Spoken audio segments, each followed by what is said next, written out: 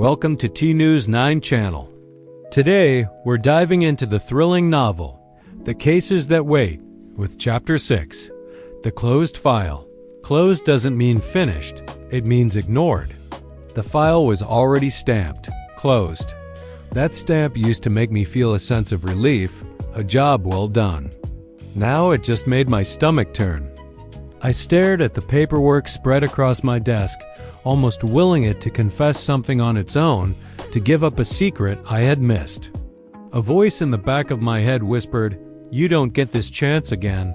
I flipped the crime scene photos back onto the table, their glossy surfaces reflecting the dim office light.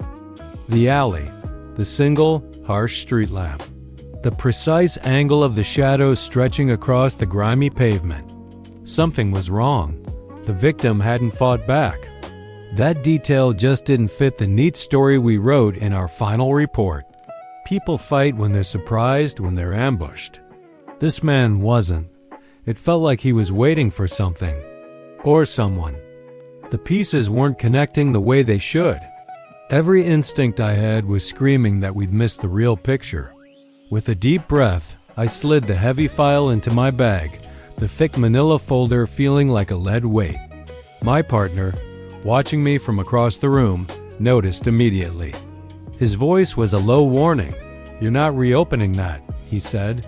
It wasn't a question. It was a command. I didn't answer him. I didn't need to, because in my mind, I already had. Chapter 7, Behavior Never Lies. Words are easy.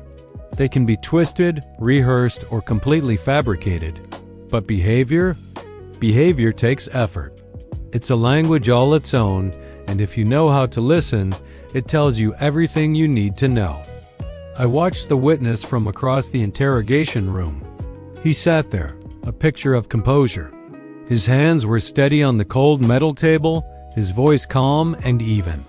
Almost too calm for someone who claimed they'd just heard frantic yelling and a struggle next door. Experience has taught me that fear leaks. It's a primal response that finds its way out, no matter how hard you try to suppress it.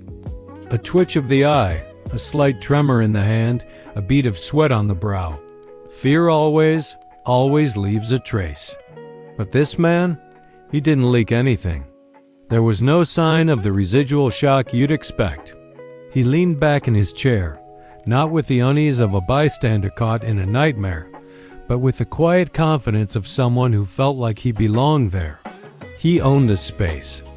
That's when a small voice in the back of my head whispered a single word: organized. This wasn't some random person who just happened to be in the wrong place at the wrong time. This was calculated. This was controlled. The way he carried himself, the precision in his story, it all pointed to a mind that plans, a mind that executes. Not a drifter, not an opportunist. And that was the moment everything clicked into place. The realization hit me like a physical blow. For days we'd been chasing a ghost, a phantom of chaos. The scene was brutal, and we assumed the perpetrator was just as disorderly, an impulsive, messy crime. But we were wrong. This wasn't chaos. It was meticulously crafted control disguised as chaos. It was a performance. The calm witness, the lack of fear, the sense of ownership in that sterile room, it all painted a new picture. The crime scene wasn't a whirlwind of emotion. It was a carefully constructed stage. And we, the investigators, had been looking in the completely wrong direction. Distracted by the noise while the real answer was sitting right in front of us, telling a story with his silence. Chapter 8 of The Cases That Wait, titled The Drifter. It starts with a line that will send a chill down your spine. We arrested him because he was convenient. The suspect didn't argue. That should have worried me. Innocent people panic. Guilty people negotiate. This man did neither. He just looked tired. "I didn't do it," he said. Not loud, not desperate, just factual. As if he were stating the color of the sky. It was unnerving. The lack of fight, the profound weariness in his eyes. It didn't fit the profile of a killer. It fit the profile of someone who had already given up on the world, long before we put him in cuffs. He was a drifter, a ghost passing through town. No ties, no alibi, no one to vouch for him. The perfect scapegoat. My gut was screaming that something was wrong, but the evidence, circumstantial as it was, pointed straight at him. The pressure from above was immense. The public wanted a monster, and we just handed them one on a silver platter.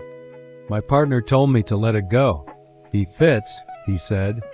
It's a slam dunk. We closed the case. Everyone's happy. But I wasn't happy. I couldn't shake the image of his face, the quiet resignation. That night, I couldn't sleep. A voice in my head, my own conscience I guess, whispered something terrible. He dies in prison. I felt sick, because I knew, suddenly, how easy it would be to let that happen. To just sign the paperwork, move on to the next case, and let an innocent man, or at least a man we weren't sure was guilty, rot away. This is a crucial moment for any detective. Will you choose the easy path, or will you fight for the truth, even if it means hardship? Chapter 9, titled Pressure. Grab your headphones, settle in, and let's get right into the heart of the investigation. Justice hates deadlines.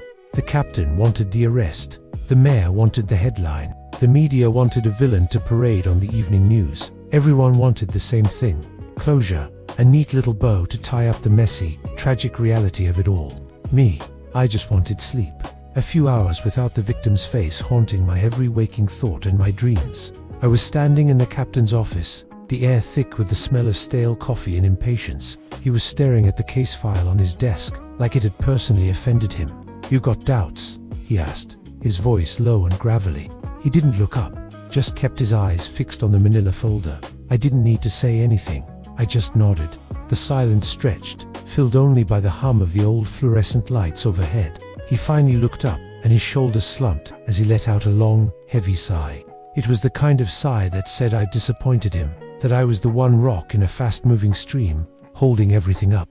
"Doubts don't hold up in court, detective," he said, tapping a finger on the file for emphasis. "We have a suspect. We have motive. We have circumstantial evidence that paints a pretty clear picture. What more do you need?" He was right, of course.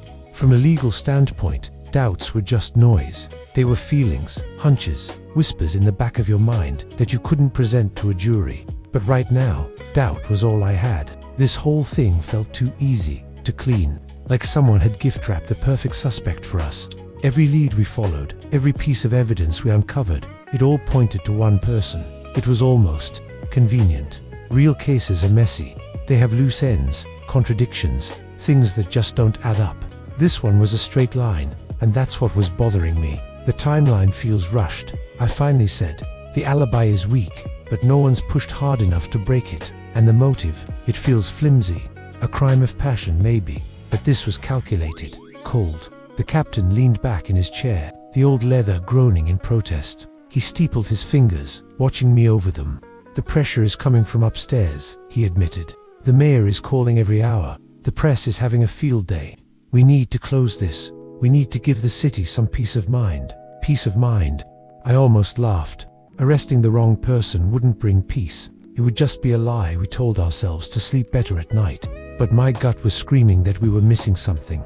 A detail hidden in plain sight. A voice we hadn't heard yet. The pressure was a physical weight, pushing me to sign off, to make the arrest, to move on. But justice, real justice, doesn't bend to pressure.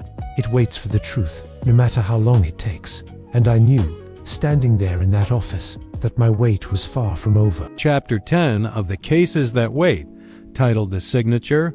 They say the unnecessary detail tells the truth. And in this chilling chapter, that phrase echoes with haunting clarity.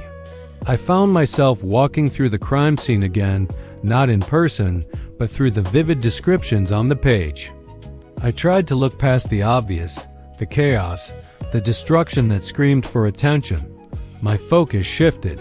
I was searching for the whisper, not the roar. The investigators had documented everything, cataloged every piece of evidence. But there was one detail, one seemingly insignificant action that no one could quite explain.